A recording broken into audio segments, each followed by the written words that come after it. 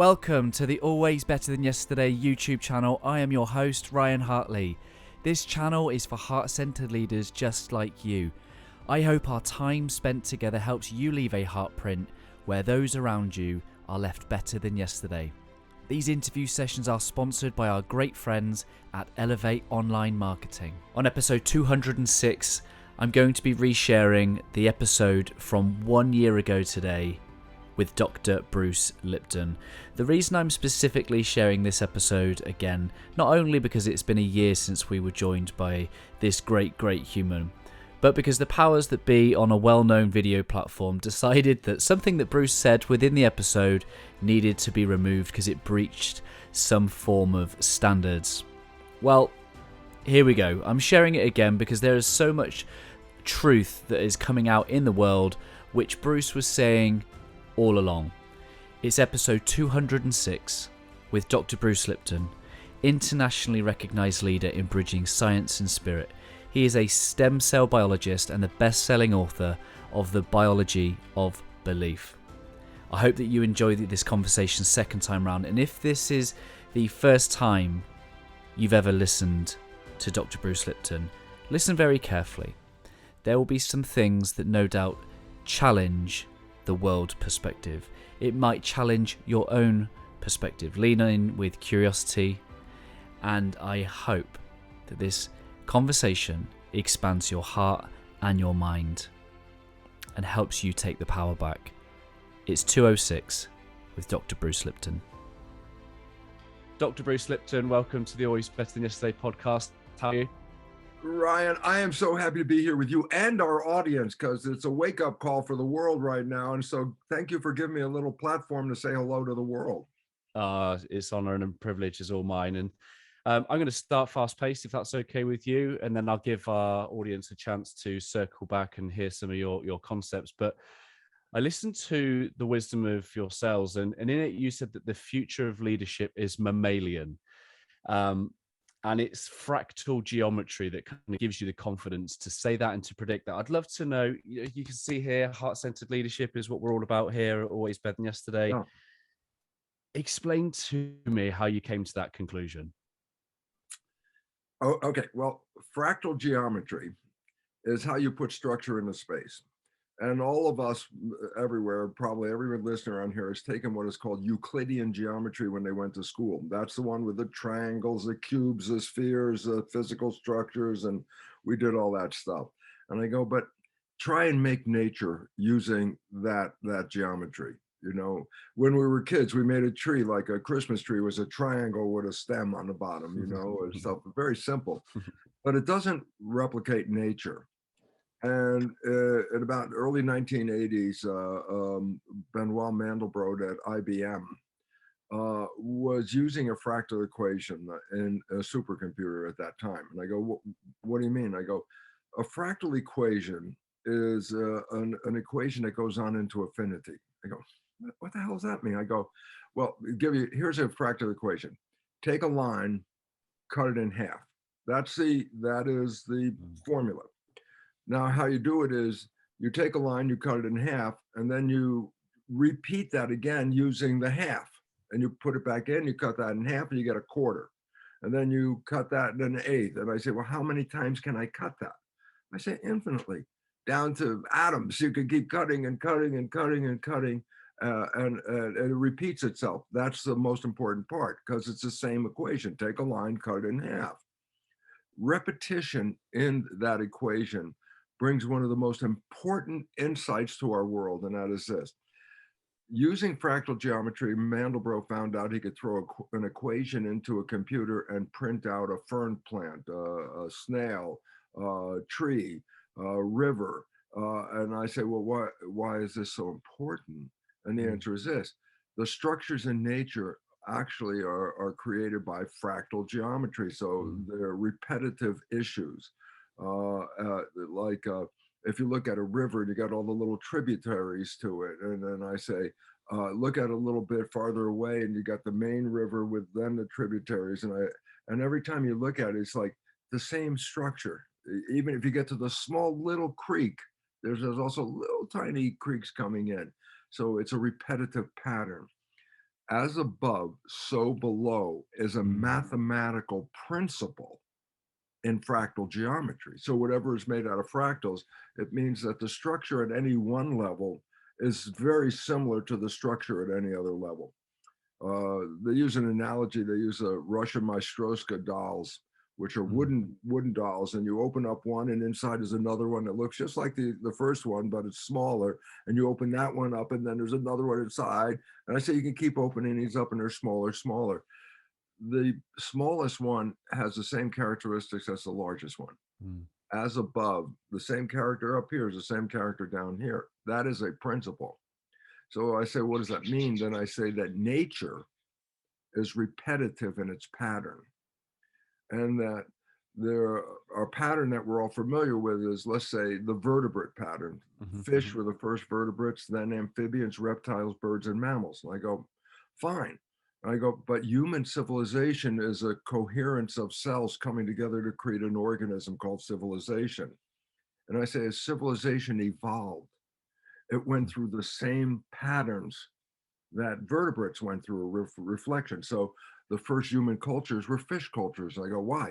Because they all had to live at the water. That was the only way they could survive. So in fact, they navigated the whole world by being at the edge of the continents, and then taking boats and going to the edge of the other continents. And thousands of years ago, before we even, in our conventional understanding, going back in history, finding, my God, thousands of years ago, people were taking boats like from Egypt to Australia.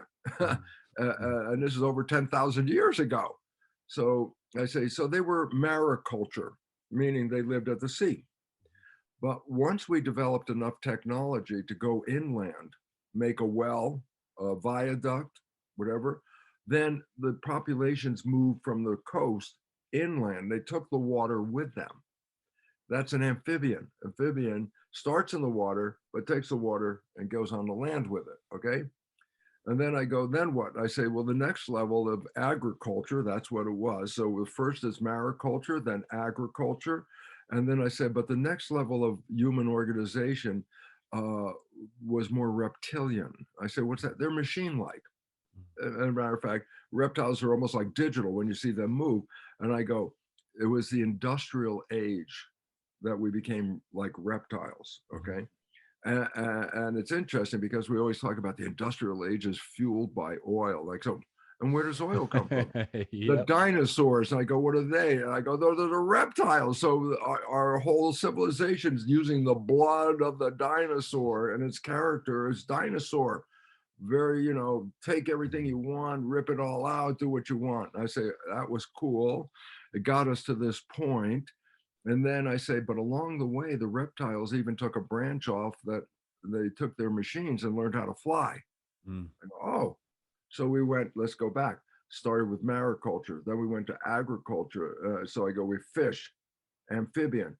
Reptile was industrial age, okay? And then from the industrial age came aviation.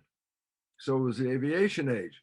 And I go, and what happened in aviation? I say, well, in 1969, we left the planet and flew to the moon. And I go, that was the full extent of aviation. Take our flights, go to the moon.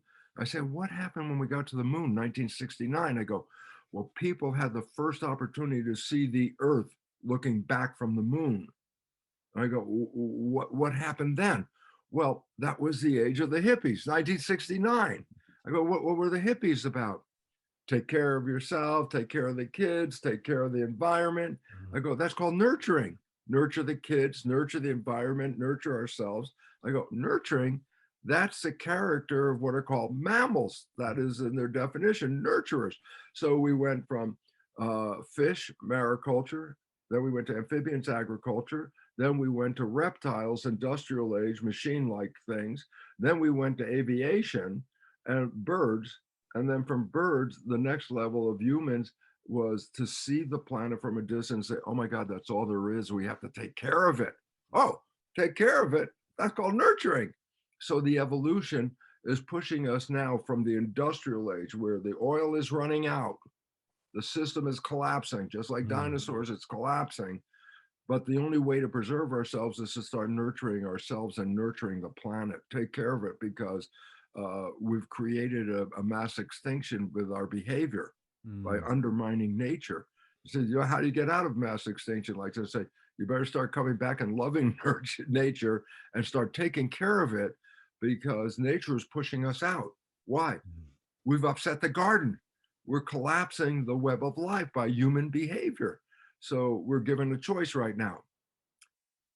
Do what you're doing, keep doing it. The end is not 1,000 years. The end is less than 100 years. The civilization we're in is going to collapse. NASA has even identified the collapses. They call it an irreversible collapse of industrial civilization within the next couple of decades. And I go, what does that mean? It says we cannot sustain the world by taking the earth and taking it out and, you know, and changing nature. It's not working. So if we continue what we're doing, the end is in a few decades. So Mm. now comes the point when we hit the wall and said, you can't do this anymore, then it means you have to do something else. Yeah, you can't go this way, you have to go some other way. That going another way is a movement into evolution. We have to change the nature of our civilization, stop being users and destroyers of the environment, and go back to the indigenous people who were here 10,000 or more years ago. And I say, well, what did they know? They said, this is a garden. We have to be gardeners. Mm. And we turned a garden into a battleground. I Mm. go, a garden is not a battleground, the height of cooperation. A garden, everything is working together. I say, Mm. we have turned it into a battleground. So what's the destination? We have to turn around right now and start nurturing the planet, nurturing ourselves. Mm. Stop fighting. There is no battleground in a garden. It is the Mm. height of cooperation. This is what we're missing. And unfortunately, because now it's an upheaval. Yep. And I say, and the upheaval is interesting because there's two polarized forces facing each other that they've done for the last 10,000 years. I go, what are they? I go, right now, in this era, it's religion versus science. Mm. And the religious people say, come on back, because that was the old days. Let's go on back to the days of the Bible and come on back. Science are saying, no, come on, let's go forward into this way right here. And I go, there's a struggle right now. It's Mm. happening. You know, whose attention, who's going to get our attention, the spiritual people or the science people? And I go, well, right now, the science people took a jump. I go, what did they do? Well, there's this pandemic. I go, what the hell is that all about? I say, it's a separation of humans. The Mm. pandemic is stay in your house, keep social distancing, don't get together. I go, evolution is come together Mm. and form Mm. a community. And the COVID story is no, don't come together, you know, separate. And I go, in a simple point, Ryan, this is a conclusion why it's so simple. Yeah. People only have power when they're in community. Yeah. An individual by themselves has no real power. Mm. Okay. You could go out in the street and say, I want peace. And everybody Mm. goes, that crazy person out there, you know? But the point about it is if you get large numbers of people that say, we want peace, then large numbers of people have power to create that. Yep. If you break the community down, people don't have power, but an authority does. And you know, my Mm. God, in Australia, when the authority cracked down, they put concentration camps up Yeah. for people who didn't get a vaccine. A concentration camp. I said, wow, we went backwards really fast right there. So 100%. we're in a wake-up call. Wake-up call is this: we got to get our power back because we've given it up. And I said, why did we give it up? And the answer is so simple: Mm. fear. Mm-hmm. Fear disempowers people. I say, why? If you're afraid and you're in fear, then what are you saying? Just think about it. I'm afraid of X. I'm in fear of X. I go, what does that mean? You don't have any power over X. X has Mm. power over you. So now I'm afraid, please, X, don't hurt me. And I go, well, this is the problem right here, is because we as individuals have given up our power. And let the big guys take care of it. Let the government take care of it. And I go, They're not our friends. The government may have started out philosophically to be in support of us, but now they're in support of themselves. Mm, You know, the elected officials are, how much money can I make? mm, Where am I going? You know, look at all of them making money. And it's all based on money. How much money can you raise? How much money do you have? I go, well, then money is power at this point, right? And then I say, yeah, and 1%'s got the money and 99% doesn't have the money. I said, what does that mean? Well, if money is power and you're part of the 99%, I said, the simple point, you have no power. You have no power over your life. They'll tell you to put the mask on. They'll tell you not to leave your house. And then they'll give you a warning, and then they'll arrest you. I go, mm. oh my God. And I say, so why is this now an understanding point? It says, this is a challenge to evolution. If we don't have power, then we're controlled by forces above us. Pharmaceutical company, Mm, government companies. They're all the politicians. I mean, America is supposed to be, oh, democracy. We're all going to have a voice. I go, for example, we had a vote for gun control regulation, and the population, 90% of the population said, yes, let's put gun control paperwork in here. And the government said no. I said, who the hell are they representing? mm. 90% of the people said put the controls on. The government said no. I go, then the government's not speaking for us. I go, nope, they're speaking for corporations. Yeah. And corporations are the dinosaurs. I go, Yep. what do you mean the dinosaurs? Here, let's connect those back to our story. Yep. And I go, Yep. how did corporations start? Oh, they started with little mom and pop operations, a little in the house, little home activity. Oh, but then they started selling some product. Oh, guess what? Now we have to have bigger operation. Now we have to have a bigger operation. So think about it this, the lizard is the small 5-inch version as the start of the reptile.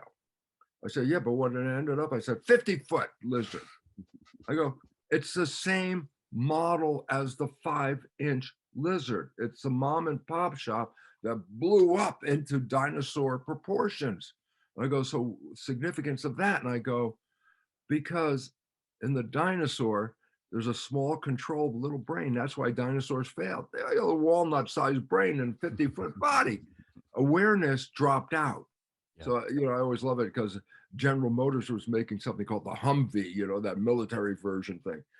When there was no fuel, we had a fuel shortage. I said, and what did they introduce? A Humvee. I go, yeah, 5 miles to the gallon. I go, huh? We got no fuel, and you put a 5. That's a dinosaur thinking. Yeah. Dinosaur. And I say relevance is corporations have overtaken us. Corporations run government, and they don't care about us because I'll give you the law. Let's put the law in here. I said, what is it? By law, a corporation's main function, number one, if you're going to list all the principles, what's a corporation supposed to do? Number one, make a profit for the shareholders. Mm, So that's the rule. If you're not making a profit for the shareholders, then you're violating corporate interest. I go, so why has that become important? And I mm, say, it becomes important now because where are they making a profit from? mm. They make it Mhm, from mm, us. mm, mm. Okay. So do they care about us or do they care about the money? And the answer, they don't care about people. They care about the money. Mm. I mean, I'm so familiar with so many drug executives, and here's a true story. This is how they figure it out. They come up, new drug, let's try it out. And they find, oh my God, some people die. And I Mm, go, oh, you would think, oh, people die, don't make this drug. mm, And mm, they're, no. They go and say, how many people die? And I go, what? Why? How much drug can we sell? How many people die? I go, mm, why is the significance here? And the answer is this: if I make enough money and a few people die, then that's okay. We'll just pay off the lawsuit mm, because we're going to make tons of money here. So the fact is, they will sell a drug knowing people are going to die. As long as they make enough profit, then I don't care about the person dying. And I say that's where corporations and humans differ. Because at one point they say, oh, corporations are like humans, give them the vote, give them the right. And so, Ryan, here's the problem with that, the monkey wrench in the machine. Humans have morality. We're supposed to anyway.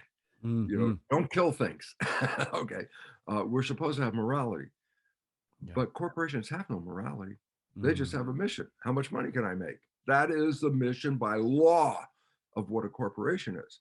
So I say, then that's why they can do anything. Let's destroy the environment if we can make enough money. And all of a sudden you start to see the leadership of this world is not really caring about what the individuals want. They want to appease the money making part. And then the laws come down, and if it conflicts with a corporate law, then screw the people.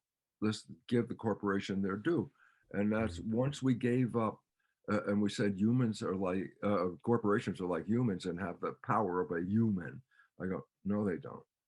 They have no morality. They're nothing like a human at all. And we gave them all the power. And this is a wake-up call for all of us. It said, who's caring for you? I love it. They always talk about the friendly banker. When's the banker friendly? The banker is friendly when you have money. If you don't have money, banker's not so friendly anymore. Doesn't care about you at all. Absolutely. And I go, same thing, pharmaceutical company. You got money? We're working with you. I don't care about you if you have no money. And we lost. And so the evolution we're facing right now says, we have been driven to this by minds that have no care for an environment.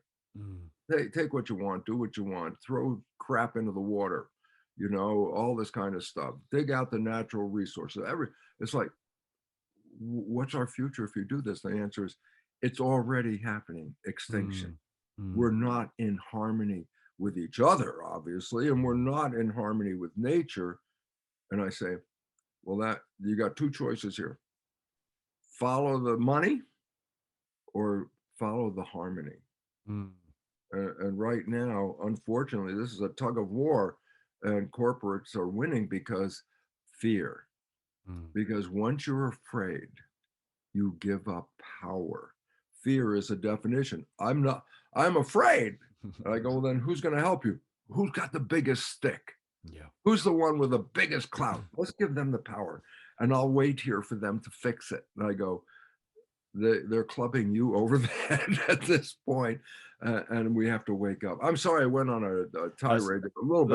That's it. Let's wrap up. That was a perfect answer. Let's call it a day there. No, I'm joking. Hey, my friends, thank you for being with us so far. I hope you're enjoying the interview. I just wanted to take a quick moment to let you know about our signature Heartprint coaching. Our Heartprint coaching is for you if you're ready to go all in on becoming a heart-centered leader, ready to go all in on doing more of what you love, ready to see what you are capable of with support, guidance, and accountability. You're ready to go on a rapid, transformational journey that will change your life and others in as little as 3 months. Are you ready to show up with courage and share your gift with the world? Ready to start making an income and more impact by doing what you love?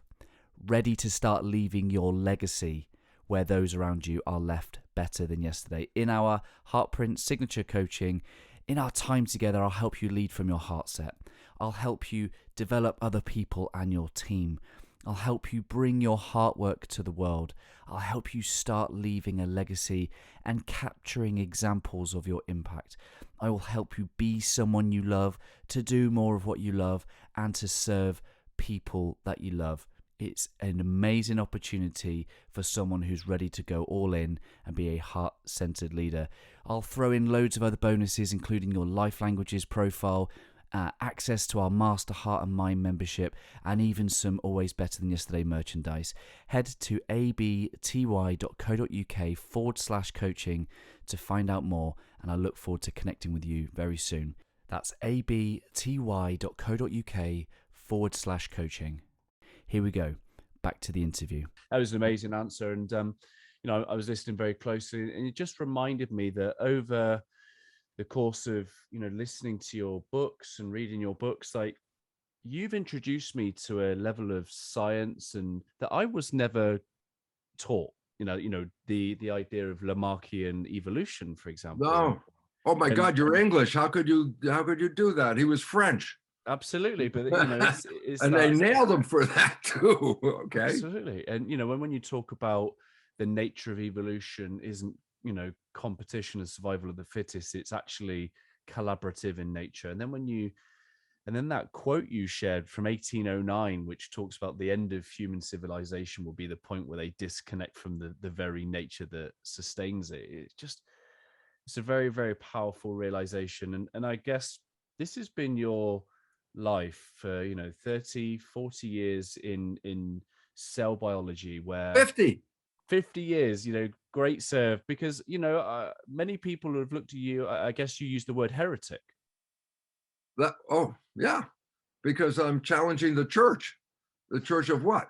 Whoever says whatever they think science is. Now, this is part that irritates the hell out of me, because with this pandemic, nobody recognized a little thing happened when nobody was paying attention.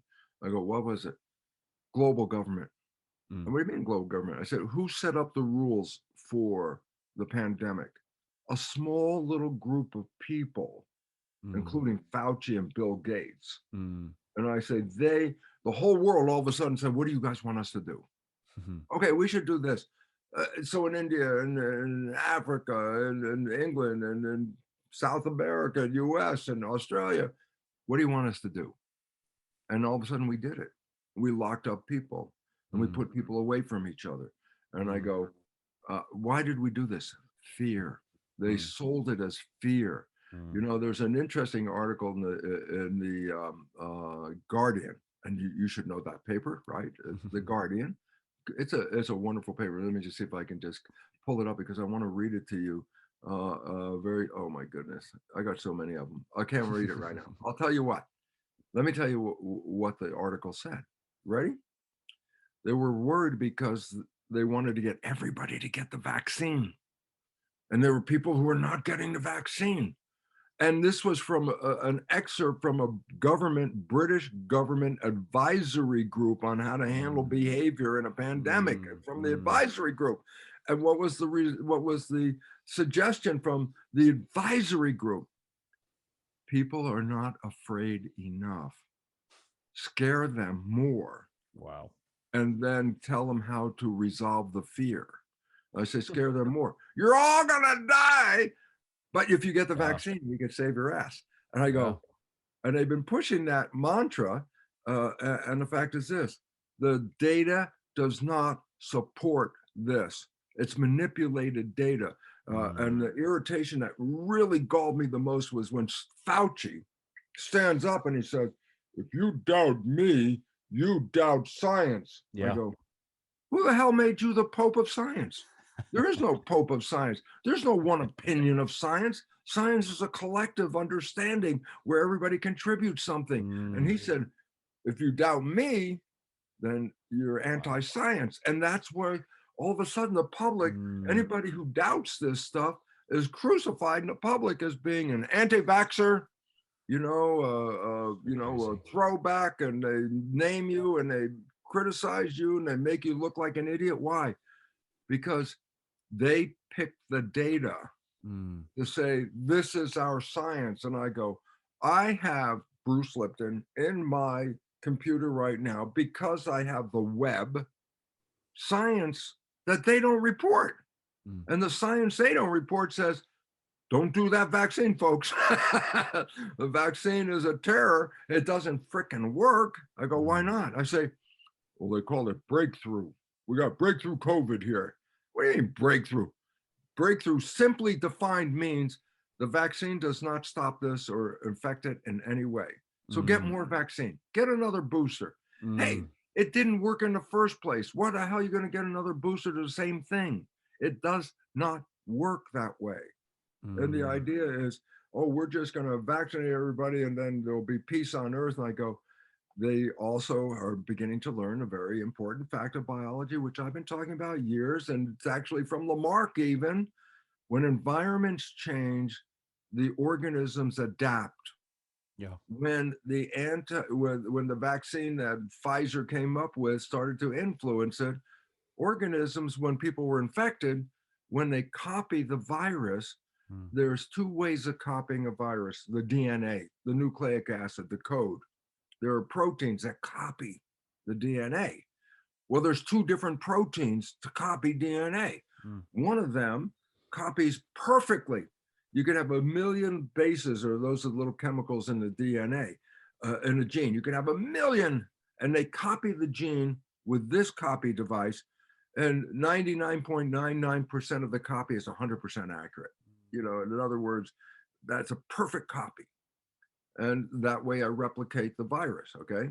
But there's a second enzyme that's called a sloppy copy device, okay? Because when it copies, it introduces variations into the code. I go, so why is that relevant here? And I go, and the answer is simple. Because if the virus, the standard one, runs up against the wall, one of the variants, Omicron, Delta, Mu, will alter the structure of the virus so that the vaccine has no influence on it. And all of a sudden I say, well, that's what happened. The variants, Omicron is a variant. Why is it significant here? And the answer is this. When you make antibodies after you put a vaccine in, it makes it against the protein called the spike. And an antibody, people don't even get how perfect it is. It's a lock and key mechanism. There's the structure of the spike, that's like the lock. The antibody is the perfect fit, like a key, to bind to that. And when the antibody binds to the spike, it marks it for destruction. Okay? I go, great. And I say, then what? Omicron, Delta, Mu. I say, what happened? Oh, the variant changed the structure of the spike. I go, so what? I say, you know that antibody you made? It doesn't recognize the new version at all. And that's why I don't care if you got a vaccine or not. The new version is not affected by the antibodies created from the first vaccine. You have to create a new vaccine for every variant that shows up. And I go, I don't care how many times you make a new vaccine, nature's going to make a new virus.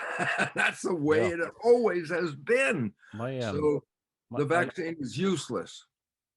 My son came, there's a one-liner there, isn't there? The vaccine's useless. My son came down with COVID just before Christmas. And Bruce, I had the belief that he couldn't make me sick without my permission. Is that a healthy belief to have, or was that naive? Like, no, what's your perspective on that? The most very significant part about this is your consciousness controls your immune system down to every degree. I'll give you an example. A long time ago, they were doing studies on dissociation identity, which is multiple personality. I go, so what does that mean? I say, they found, now listen, that let's say I'm the subject.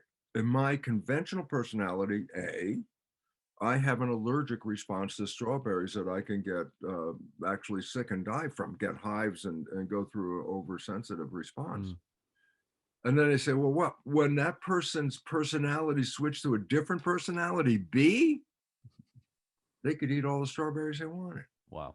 I go, well, what does that mean? Just by switching from personality A to B, all of my antibodies to strawberries disappeared? I go, no, they're still there. Why? Because if you go from B back to A again, guess what? Strawberries will kill you. I go, significance of this is when they change personality, they change the effectiveness of the immune system. Okay, so now you're talking about, does my personality affect if I'm going to get the COVID or not? I go, absolutely it does. And especially if you're in fear. Because when you're in fear, you shut down the immune system, that opens you up anyway, because the stress hormones from fear. This is, people, pay attention to this, ready? When a doctor wants to transplant an organ from person A into person B, an organ, heart, lung, kidney, whatever, okay? Remember that the organ from the donor is not genetically identical to the recipient. And the nature of the immune system is to identify things that are not necessarily yours in your body and eliminate them. Why? Because it's not you. So when they transplant an organ, the recipient's immune system wants to reject it. I said, so what do they do? And this is it.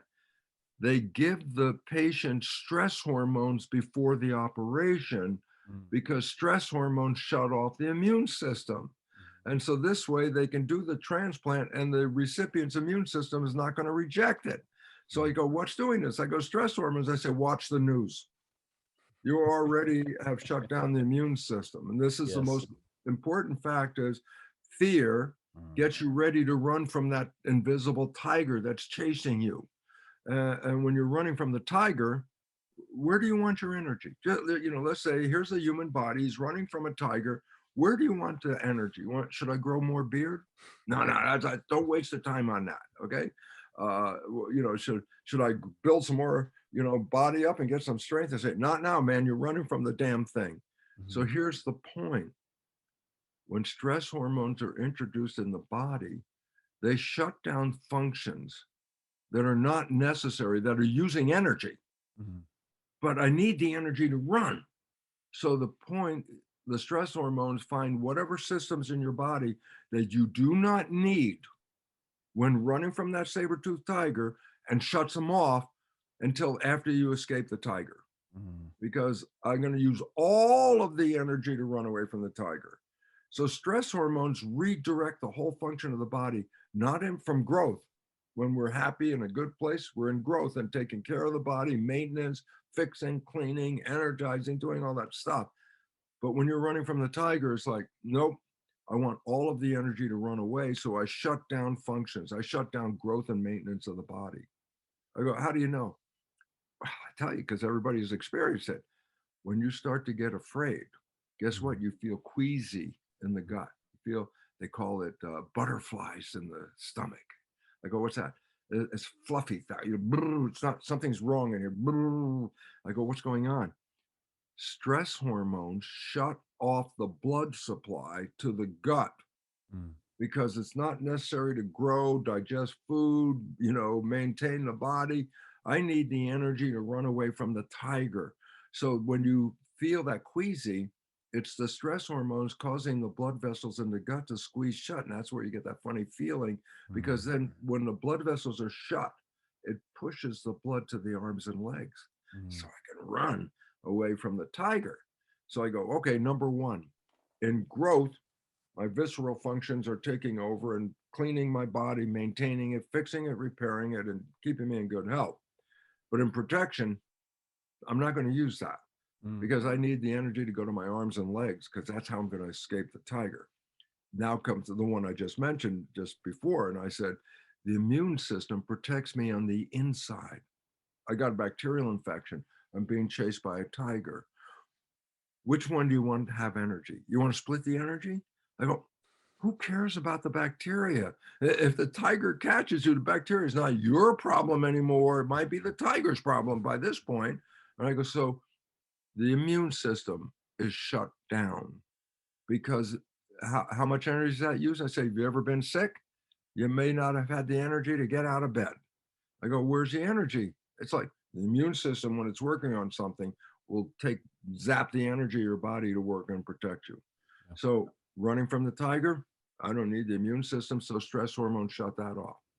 And then the last one, I always refer to this as an insult to the injury. You've just been injured by shutting off your growth and shutting off your immune system. I say, what else? The brain has the forebrain, which is thinking, and the hindbrain, which is reflex, okay? Thinking is slow. It's a slow process. So if I'm in an emergency situation, if I'm going to be thinking, it's like, I go, yeah, it's going to slow you down.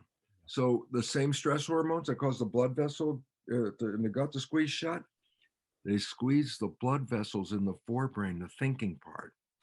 But I say, why would they close those blood vessels? Because when you close these, you push the blood to the hindbrain for reaction. Reaction's no thinking, man. It's like instant, boom. Yeah. So what is the consequence of living in fear? A, you shut down your growth. B, you shut down the immune system. C, you shut down the intelligence to respond to whatever reaction I can do. Reflex reaction, no thinking. So we become less intelligent. So I say, so when the government is suggested to make us more afraid, and they put on the statistics, you're all gonna die. First of all, we shut down and go, somebody help me, And while you're waiting for this thing to clear, you're dripping stress hormones in every day. Am I going to get food? Is my job going to still be here? Will I be able to take care of my kids? Will I be able to pay the rent? And you start, every one of these questions releases a fear stress. It's like, I'm not going to make it. What's the long-term effect of that? What's that? What's the long-term effect of that, living in that state of fear and stress? 90% of illness on this planet is due to stress. Yeah. Everyone thinks, oh, genes are responsible. Wake up call, you ready? Less than 1% of illness on this planet is connected to genes. 90% plus is stress. Because if you, the idea was, well, why would nature create a system that shuts itself down in that fear? And I said, when was it created? I said, when we were running away from a saber-toothed tiger. I said, what was relevant back then? And here it is. If you escape that tiger, 5 minutes of running, 10 minutes of running, you escape the tiger, guess what? No more stress. Yeah. So it was only used for short intervals to run away from a tiger. Yeah.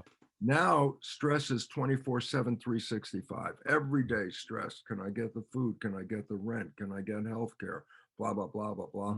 I go, at the end of the day, man, you've been running stress all day long. Yeah. And that's why the biggest problem on this planet is a healthcare crisis that affects about 90% of this planet. Yep. And I go, and I say, what's the cause of it? Genes. No, that's where we put all our money in. Find the gene that causes this. Find the gene for alcoholism. Find the gene for this. Find the gene for that. And I go, no, there are no genes for those things. Cancer. I love it. What about my cancer gene? Ready?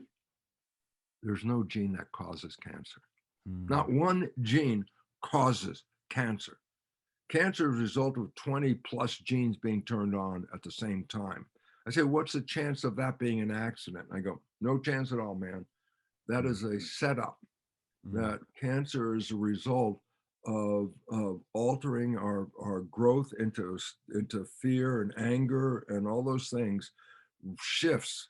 And the result is it sets up a situation that supports a cancer gene. A cancer gene does not control anybody. Angelina Jolie gets a double mastectomy because her mother died of breast cancer.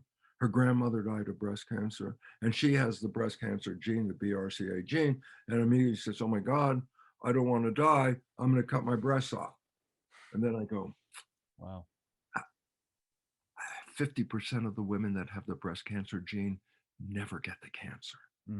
50%. I go, so what does that mean? It's like having the gene does not cause cancer. Yeah. Having the gene in a lifestyle that threatens the harmony of the body opens the body for cancer. So all of a sudden, it's like we've been blaming the gene for cancer. I go, nope. It's our consciousness, our stress levels that cause cancer. And it has nothing, 90% or so apparently is the number of how many people get cancer with no cancer in their family. Wow. Where the hell did the cancer come from? Lifestyle.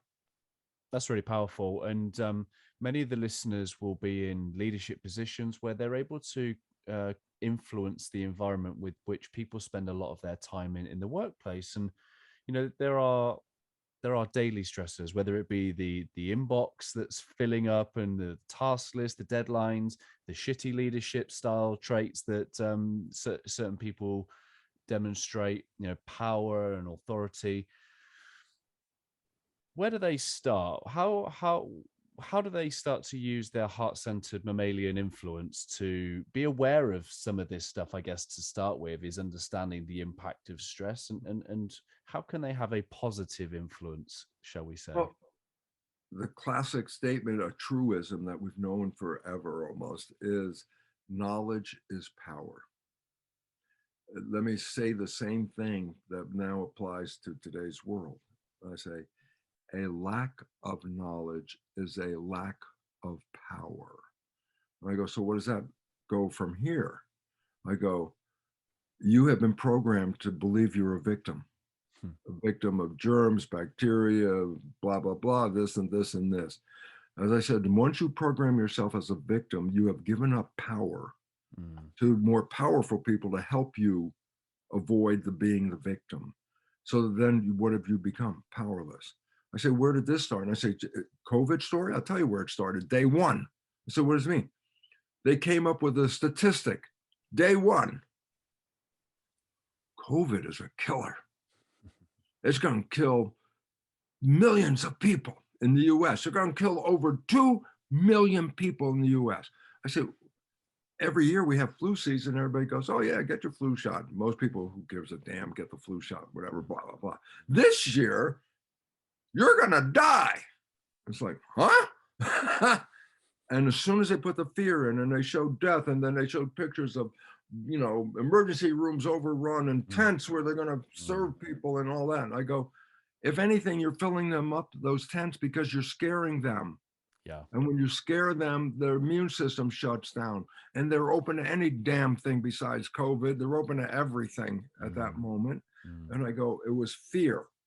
So if you want to change things, you have to say, well, how do I get rid of the fear? I say, well, the hard part now is find the real data. The real data of this COVID story is a manipulation.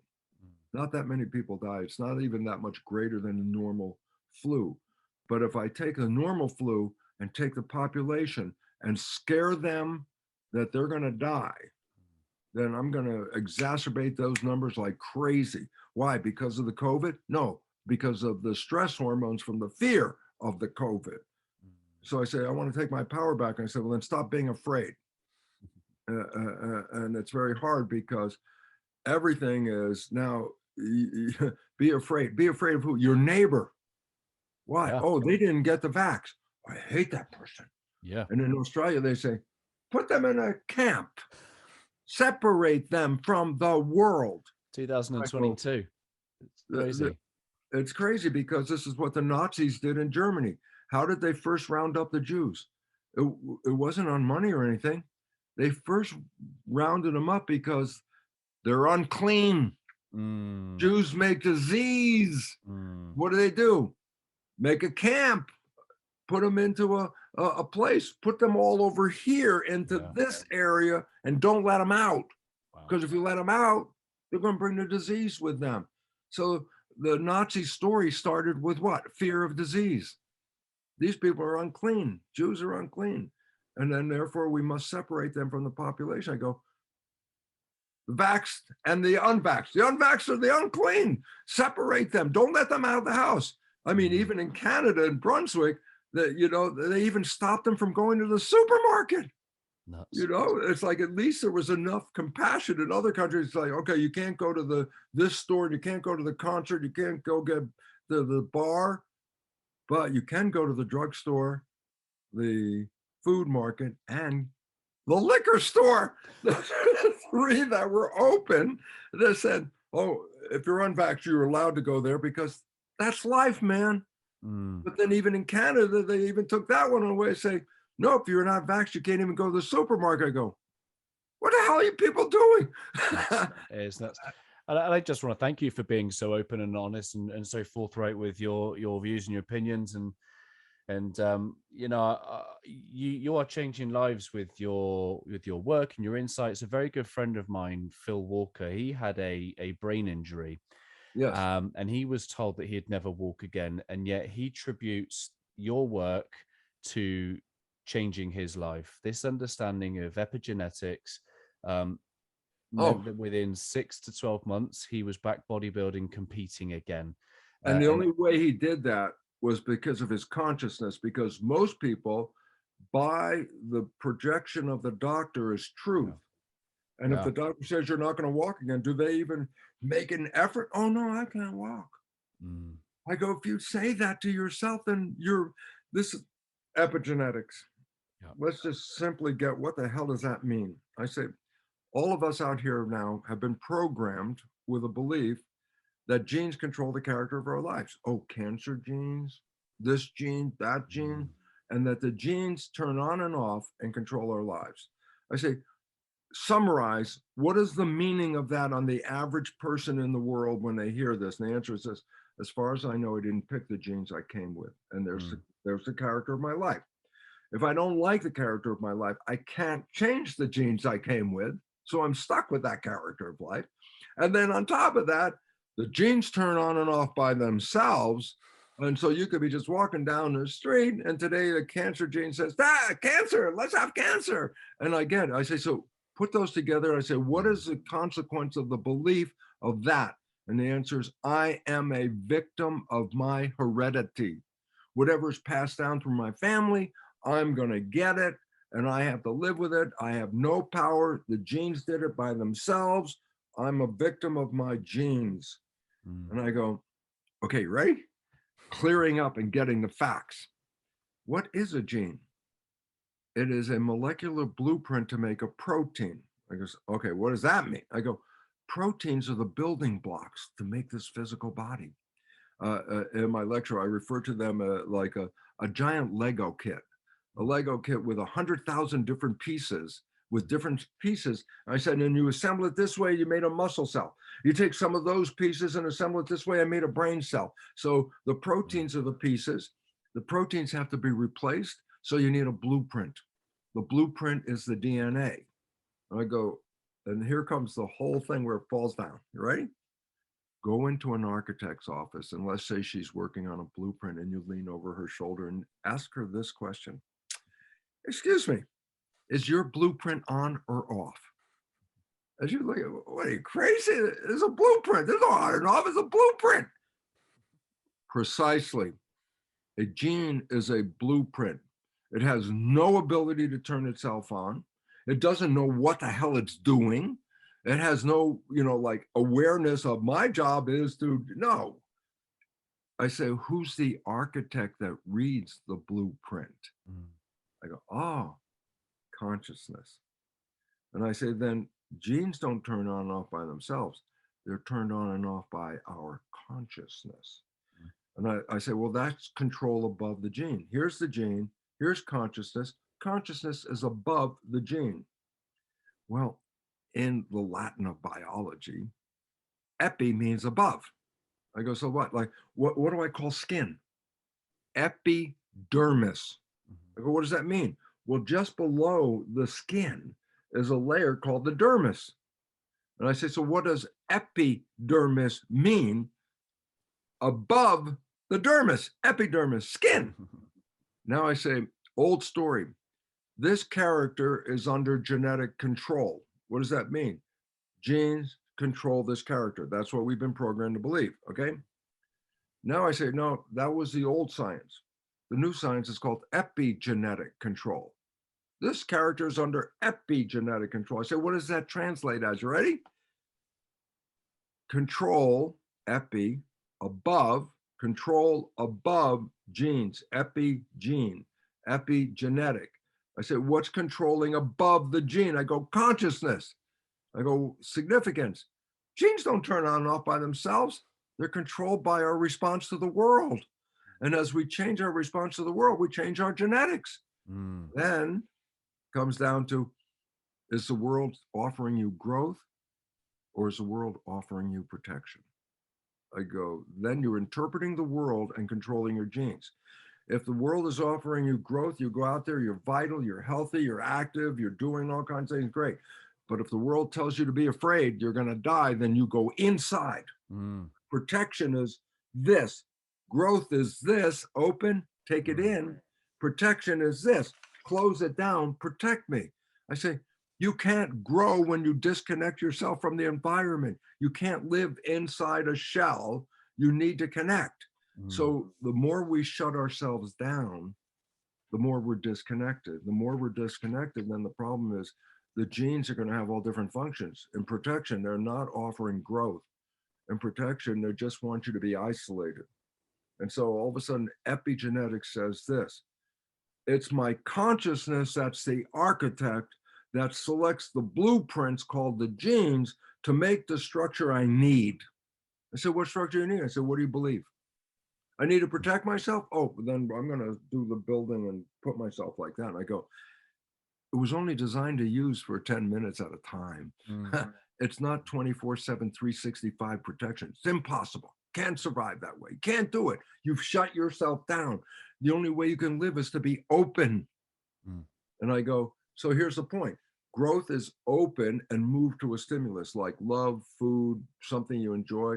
You're open and you're going out there and you're taking it in. Love, take it in. Food, take it in. Open. Go to the stimulus, open, take it in. Growth. What about protection?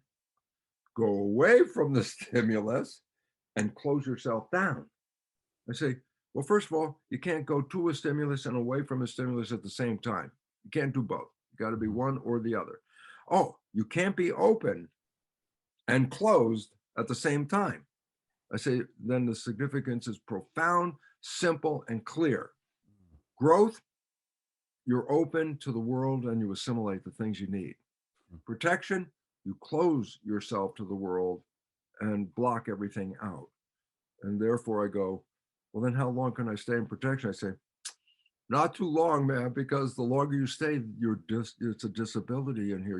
You've closed the system down. That's not how it lives. Now it's hiding. And I go, you can't survive without eating. You can't survive without taking in the air. You can't survive without eliminating the waste. You have to be connected.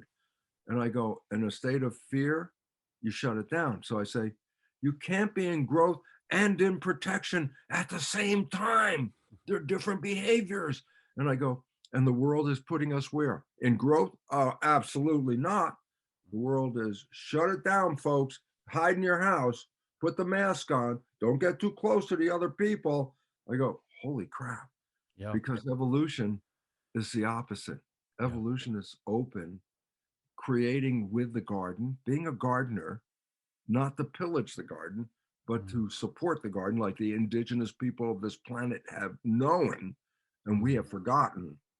And I say, well, what's the consequences of us forgetting that we're gardeners? I say, we've stepped and destroyed the garden so much that it is not going to support us. Yeah. And that's what the extinction is all about. That's really powerful. And, you know, I think you talked about in your biology of belief book is that when a cell isn't in harmony, the first thing you need to do is it's the environment, stupid. Look at the environment. And I guess there are so many times where I've just shuddered at the phrase, it's okay to not be okay. And I get that concept around mental health, but I almost want to just say to people, it's the environment, stupid.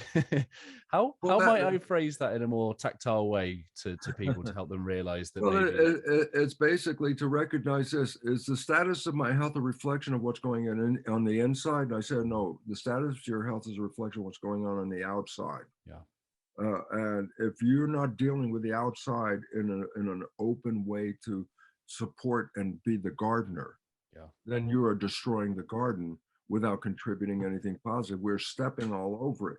And the web of life is collapsing. That's why we're facing what is called the sixth mass extinction of life. Human behavior is undermining nature. And it's like, oh yeah, but the indigenous people was the other way around. Nature is a garden. Let's go and help nature. Okay. You know, I mean, I can just imagine like the Native Americans, when they needed a buffalo, they used every little piece of that buffalo.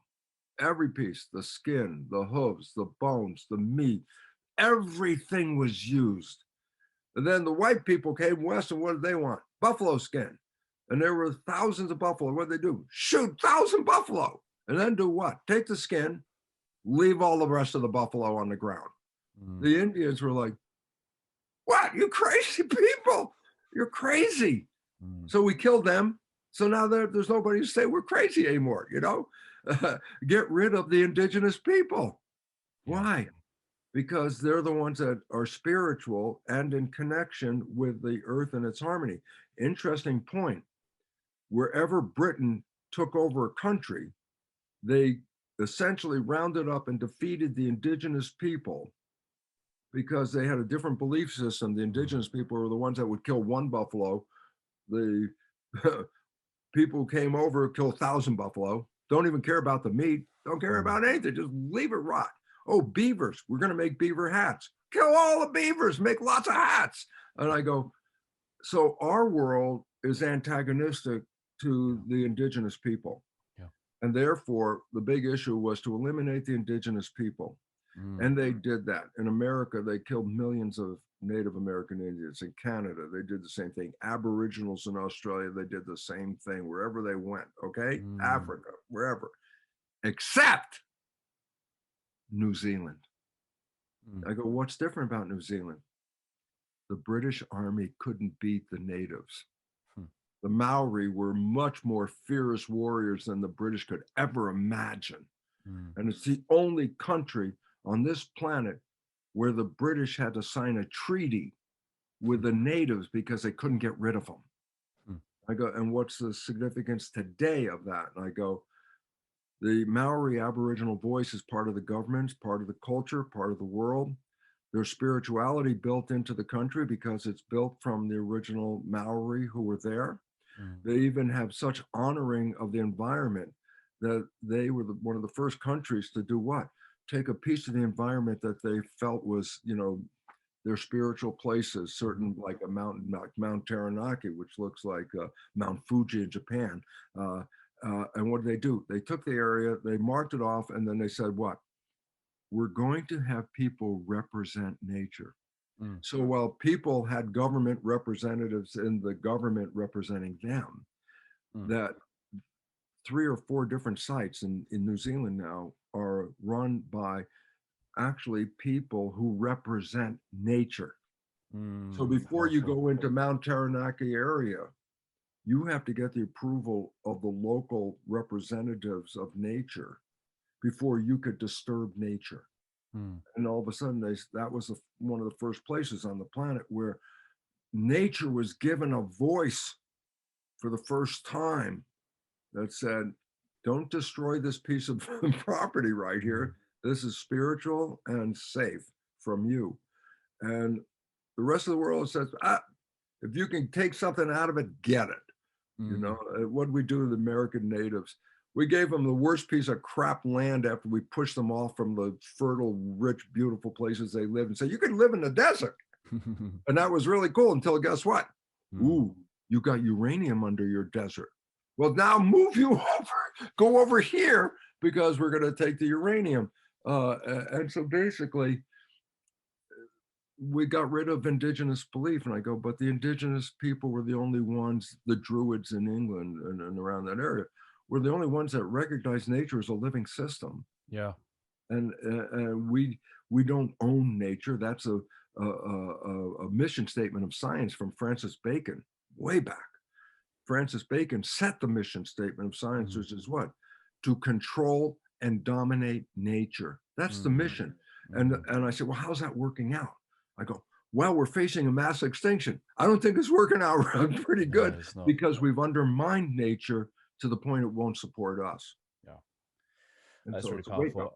up. And I think you've touched on this a couple of times. Often it's follow the money. So much of our corporations attack our lack. And I was listening to the Honeymoon Effect this morning, and you were talking about the inspiration we might get from the noble gases. And I think that so often, if maybe this will be for our listeners to read up on, but if we could lead like a noble gas, which means to lack nothing, then maybe we can.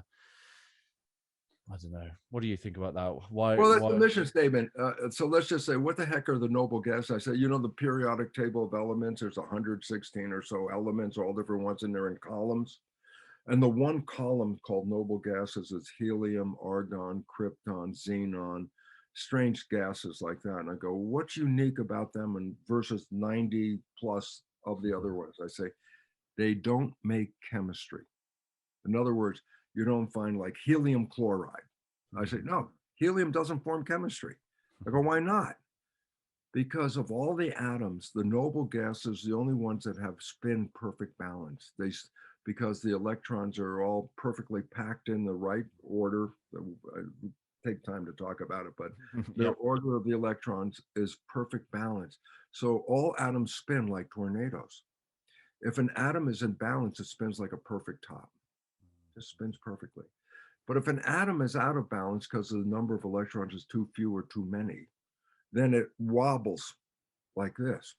And I go, significance is noble gases don't wobble.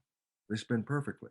I say, well, what about the wobble ones? I say, well, they don't want to wobble because wobbling is inefficient and breaks down the power of the atom because it's wasting energy. So what's it going to do? It's going to find another one that's wobbling. And I say, but when the two come together, now they spin in perfect balance. Yeah. So the other elements on the periodic table make chemistry. They look for another atom to compromise and give them the balance that they didn't have so they wouldn't wobble. So I said, so what's the difference? I say, well, consider this. Of all the other atoms, those are called codependent relationships. Why should sodium hook up with, chlorine? Because when they come together, they're in perfect balance. If the chlorine leaves, then the sodium is wobbly again. So what's the issue is salt, sodium chloride, doesn't want to separate the sodium from the chlorine, because if you do, then they're both back into wobbling again. And I say, well, they're all wobbling. I say, what's the noble gas doing? Spinning perfectly. I say, the significance of that is it's not influenced by wobbly other atoms. The wobbly atoms and the noble gas, they're in the same place, but the noble gas doesn't respond. Why? It's in perfect balance. I don't need anybody. Okay.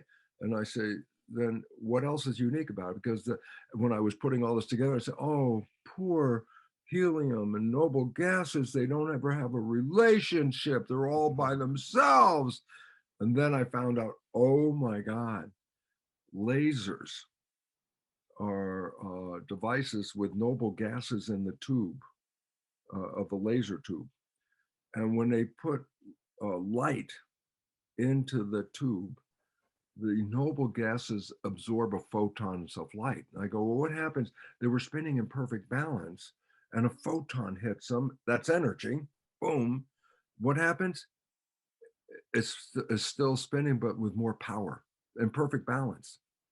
And then I said, well, what happens when a noble gas gets hit with a photon? It gets enlightened, photon enlightened.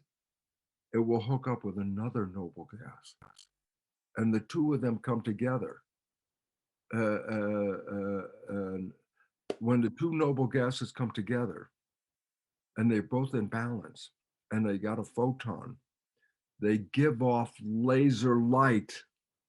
I go, oh, when we talk about any other atoms, two atoms come together, it's called a dimer, meaning two of them, dimer, come together. Two, that's a dimer, two atoms. And I said, well, what happens when noble gases come together? Two noble gases come together. Well, officially it's a dimer, but there's another name. It's called excitomer. An excitomer means that this combination of two noble gases is high energy and gives off light.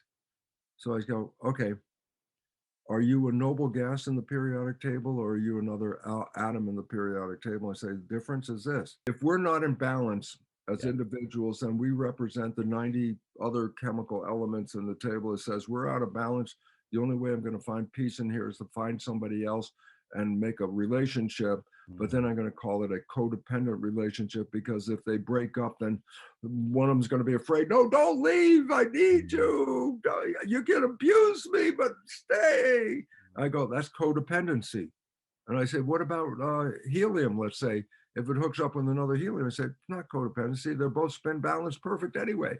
They can live with each other or they don't have to live with each other. But it doesn't throw them off either way. And so I refer to the noble gas as agape love, meaning everything in my world is in balance. I'm a noble gas.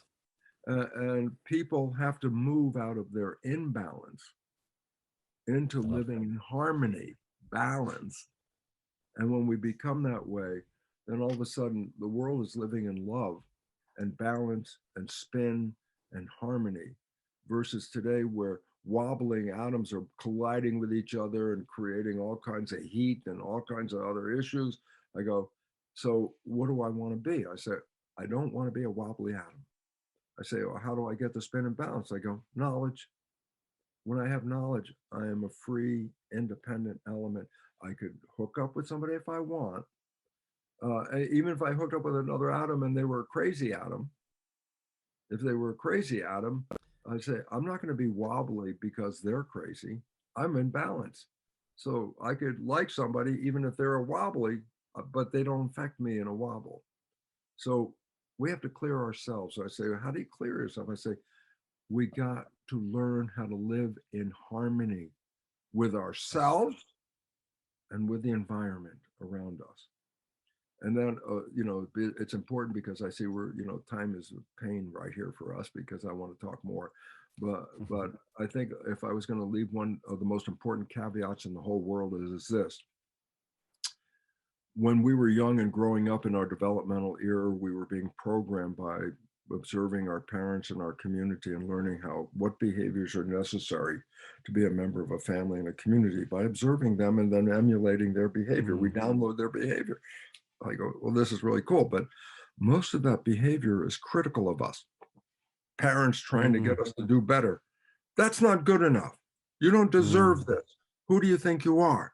And I go, child under 7 hears these things. They're not conscious to interpret, oh, dad's just saying that because I'm not being a good person right now and he wants me to be better. That would be what would be the nice result. A child under 7 doesn't understand it, just records it. I say, so what did I get when I was under 7 if my parent was being like a coach? I'm not good enough. I'm not smart enough. I'm not lovable enough. I go, oh, so your programming that you got under 7 wasn't in harmony. I go, relevance. We live 95% of our life from that program. And I go, so what does it mean if I'm critical of myself because that was the program? Not good enough, not smart enough. And then I look at myself, I'm not good enough. I'm not smart enough. Why? My parents told me that. That's my program. And I say, here it is. When you criticize like that, you can't love yourself. Because the moment you say, I love myself, then all of a sudden the critical, well, I love myself, but I'm not lovable, but I'm not deserving. Okay. And I go, so here's the conclusion. And this is why I want to make it so important. I work in belief change groups where we come in and you have to check your beliefs and you do muscle testing, which we could talk about, but it's a valid way of understanding what programs you have in your subconscious. And here's the point of finally getting to it. The question that I have them ask before we start any of the programs of belief change is, test for the belief, I love myself. I'm going to give you the answer. Between 80 to 90% of every audience, that means between 8 and 9 out of 10 people in every audience will not test positive for I love myself. Why? Because of the critical programming they got in the first 7 years that criticized their life. And I go, relevance, most important thing in the world. If I don't love myself, how can you love me? Because if you say you love me and then I have to go, well, obviously you don't have quality control. I know I'm not lovable. How can you love me? And then you push them away. And then guess what? Now you're alone. And guess what you say? You see? I'm not lovable. Yeah. And I go, wow. Before we can become the productive elements of this society, the first thing we have to do is love ourselves. Because if you don't love yourself, you're not going to work in harmony with yourself or anyone else. And since the number is so high, 80 to 90%, I say, you want to fix the problem in the world? Old hippie thing. You were way young, Ryan, when I was there during the hippie days, okay? And I go, what was the statement that applies to this right now? And the statement was this: before you go out and change the world, take care of your own backyard. What does that mean? It says, well, if I'm not living in harmony with myself, how can I go out and tell the world to live in harmony with itself? I say, I can't do that. I have to be able to be the one that's living in harmony. So when I go out there, I say, look what living in harmony is. It's really great. You want to do it? It's great. Okay. But I can't go out there and not be in harmony with myself and tell them to be in harmony. And that was one of the biggest wake-up calls for myself. But I also recognize being just an average person on the street is probably the biggest wake-up call for all of us. Is, do I love myself?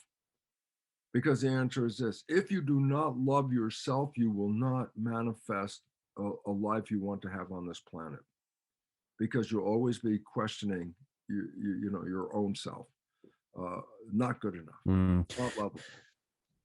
I want to be super respectful of your time, and just first thank you for all the great work that you've done. Thank you for the inspiration. Thank you for the impact you've had on my friend Phil, who's then subsequently had an impact on me.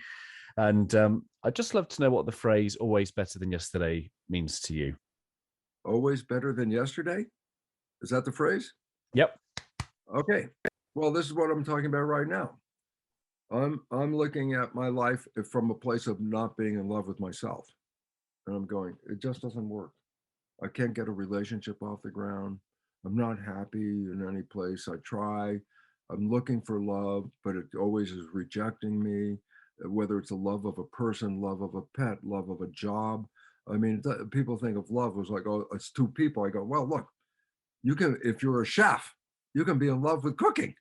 If you're a gardener, you could be in love and put your hands in the dirt and dig up plants and do all that stuff. You're an artist. You could be creating. You're in love doing this stuff. So being in love means you're in harmony with your world that you're dealing with out there. Okay. Disharmony, harmony is health. Disharmony is disease. Mm. And when we're in disharmony, the more disharmony we're in, the more our body will reflect the disharmony on the inside. What we are doing on the outside reverberates what's going on the inside. If you're not in harmony with the world around you, then your health is already compromised. That's a given right now.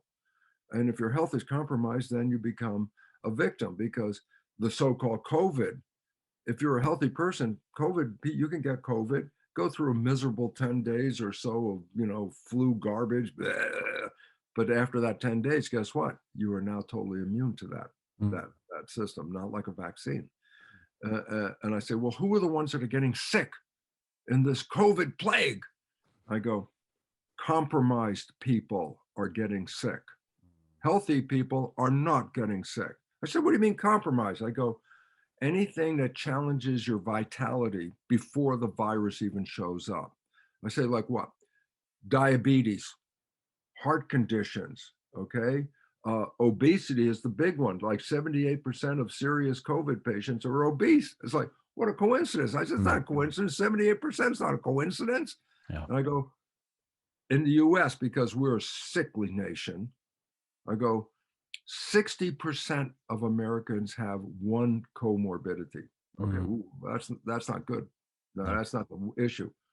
40% of Americans have between 2 and 3 simultaneous comorbidities. Oh, they're overweight and they have diabetes, okay? Or they have diabetes and they have a heart issue. Or they're in stress and they got this. I go, 2 to 3 comorbidities in 4 out of 10 people. When the virus comes, the 6 out of 10 people are not going to have a serious issue with it. But the 4 out of 10 people, they're already compromised before the damn virus showed up. Who got sick? Not healthy people, compromised people. I say, you want to make the compromise worse? I go, what? Watch the news. Because that will then do what? Cause more stress hormones, which do what? Shut down the immune system. The more you watch the news, the more open you are for COVID infection. And so we are blaming the COVID for, ooh, that's a lethal virus. I go, no, it's not. If you're a weak person, then you got a problem. If you're a healthy person, you could get through this and come out the other side and be perfectly immune forever from this COVID thing. If you don't get the COVID, then you're not really building up an immune protection from it. So at some point, we all got to get the damn COVID so we can get it over with and get the immune protection. Why? Because the vaccine does not work, period. When does it work? What was the original definition of why the vaccine? It will prevent the serious consequences of a COVID infected patient. And I go, the serious consequences. I say, oh, does the vaccine stop you from getting COVID? Nope. Does the vaccine stop you from transmitting COVID? Nope. But if you do get COVID and you're in the hospital under serious conditions, the vaccine could have helped. I said, well, who are the ones that are in serious conditions? I say, these were already compromised before the vaccine, before the virus got there. And so that we're living in a belief that the virus is so powerful, it's taking us. And I go, no, we are so weak that the virus is taking us. The virus is eliminating the weakest people. Who? The oldest people. Greatest percentage of COVID death is in old people in nursing homes. I go, oh, that's the definition of a person who's already compromised. If they're living in a nursing home, they're already unhealthy. That's already start the game. They're the most susceptible. And then you just go down the list and then say, who are the most compromised? And then you start to find, obesity, diabetes, heart problems, stress levels. these are characters of the compromise. And if you're and you're having a problem with these things, you're the one that has to take care of your health. Me, in this particular case, I'll just say, I don't give a damn. Why? I'm good. I got a healthy system. I love myself. I got a great, it's all working beautifully. I don't care. Bruce, thank you for your leadership. Thank you for your heart and your mind. I will share all your good links and the links to your book within the show notes. So just be honored if you'd leave us with a final thought from your good self. Yeah, I could tell you what it is. We're facing an evolutionary upheaval. I say, what is the practical means of surviving this upheaval? And the answer is learn to live in community with each other and with nature. Because when we become balanced like a noble gas, we're all powerful. Walk across hot coals. Only do it if your consciousness is right. I talk about people in the South, religious, work themselves up in a religious ecstasy, and they do something called testify. And I go, what is testify?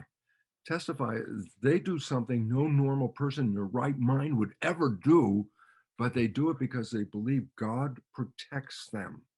So they play with poisonous snakes like rattlesnakes and things like that. Most of the time, although there are exceptions, most of the time they get bitten by these snakes. They don't have any fallout, any bad problem. And I go, oh, that's cool. And I go, here's the one that really is the one, if you get it, it's like, ah, and that is they drink strychnine poison in toxic doses to demonstrate that God will protect them. And they drink this poison and have no harmful consequences. You're drinking outright damn poison because God is there? I say, no, the belief God is there. And I say, it's the belief. You want to walk across the hot coals, you better damn well have the belief that that's not a problem and you're going to the other side. But you can't walk across the coals and get in the middle and say, can I really do? The moment you question is the moment you get burned because you lost the power of that power of belief. Because we are creators, and that's what the whole damn story comes down to, because we have always been led to believe we are the victims of the world. I say, no, you are the creator of this world. And I'm not a religious person. I'm a spiritual person. Religion is manipulation, a business of spirit. Oh, join our religion. We're going to help you spiritually. Give us 10%. I go, oh, like this, and the idea about this is when you're very spiritual, you realize who you are. And I go, you don't even listen to, like in the Christian world, they don't even listen to the philosophy of Jesus. And he said, what? He said, all the miracles that I can do, you can do them better than I can do them. I go, well, with that admonition, how come we're not doing the creating of miracles? Because I'm afraid. I go, well, then you don't have that power anymore. You lost it. And it's a wake-up call. And I'm glad you're there, Ryan, because to me, it's very important. You and I could talk alone in a room, and this would be great and exciting. But I want to thank you because you provide an audience. Just any one person who stops long enough to say, wait a minute, let me look into this. Let me check it. Those are the people that have the first opportunity to get out of the problem and start manifesting the world that they want. Can you do it? And I go, well, that's why I wrote the book called The Honeymoon Effect. I say, because we've been programmed and we're living out the programs that we got in the first 7 years by observing our parents who told us how we can, or how whatever we are, we live by those programs. And I go, every day your life is blah, blah, blah. So every day, blah, blah, blah, blah, blah. And then you meet somebody and you fall in love. There's the beautiful part. Most of us have done it at least once. You meet somebody, you fall in love. 24 hours later, you're living heaven on earth. Oh my God, I'm so in love. Everything is beautiful. The food, the music is great. Even the job's not so crappy anymore. I'm in love. I go, 24 hours? You went from blah, blah, blah, blah, blah, and 24 hours later, heaven on earth? And I go, it's not an accident. It is a demonstration of the first time you stopped playing the negative programs and you started living from creative programs. I want to create heaven on earth. Your partner wants to create heaven on earth. You fall in love. You are now creating heaven on earth. Okay. And I go, why? Because you stopped playing the programs that we play 95% of the day. And I said, program? Yeah, what you learned in the first 7 years of your life. Mm. And the Jesuits, they've told their followers for 400 years. They said, give me a child until it is 7, I will show you the man. People didn't understand what the hell they were talking about. I can tell you what they were talking about. Whatever program you got in the first 7 years, 95% of your life is coming from that program. If that program has weakness, disabilities built into it, disempowerment, self-sabotaging behaviors, then 95% of your life is coming from that. The conscious creative mind, only 5%, and that's the one that has wishes and desires. So when you fall in love, it's the equivalent of taking the red pill in the movie The Matrix. You stop playing the program. I said, what happens when you stop playing the program? Then you start creating with what? Conscious mind, wishes and desires. So immediately, blah, blah, blah, blah, I stopped. That's the red pill. I fell in love. 24 hours later, I'm not playing programs anymore. I'm creating what? The miracles. I'm creating love. I'm creating happiness. I love the world. I love everything. I go, 24 hours? I go, that's all it took to stop playing the program, because that's what science has recognized. We do not play the programs when we fall in love like that for a period of time. You say, what's that period of time? That's called the honeymoon. I say, then what happens? You go back, you start playing the programs, and the honeymoon's gone, baby. It was all blah, blah, blah, like it was before you got here, and now it's back. And there's a secret into that, because it says, well, anytime you stop playing the program, you can have heaven on earth. If it's that, then why am I playing the program? Because you don't even know you have the damn program. That's why you're playing the program. I want to be super respectful of your time. I could, let's say, talk to you all day. But Dr. Bruce Lipton, it's been an honor and privilege to hear some of your stories. Very, very grateful for your time, my friend. Ryan, I am more thankful because, as I said, you're bringing together some people so the message can go a little further. Everybody, anyone who picks up the message is moving from the conventional world into the creative world. That's what it's all about. You are a creator. You've been told that by religion and everything. I don't care, but you're not paying attention. And if you're not paying attention, all you do is live in the world of the program of fear, and you're scared, and I'm weak, and I have no power. And I go, that's a program, my friend. And out of it, we all start walking free. And when we walk free, evolution is the consequence of that, because imagine 8 billion people creating not the world of blah, blah, blah, but 7 or 8 billion people all of a sudden wake up and it's honeymoon. They all wake up going, oh my God, life is beautiful. I love my life. Oh, it's beautiful. Blah, blah. Evolution. There it is. Love it. Take care, my friend. Thank you so much, Ryan. So deeply appreciate being with you.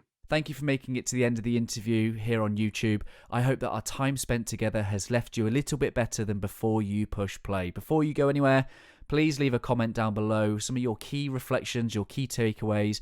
I love hearing from you and what this conversation has inspired in you. Let me know what you're going to do as a result of this conversation.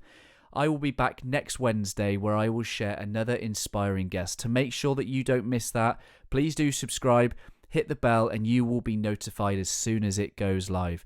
If you're curious to know how I, through Always Better Than Yesterday, can serve you, your team, your organization, please do visit alwaysbetterthanyesterday.com, and it will be my honor and privilege to help you in any way I can. Keep leading, my friends. I've been Ryan Hartley, host of the Always Better Than Yesterday podcast here on YouTube. Always love.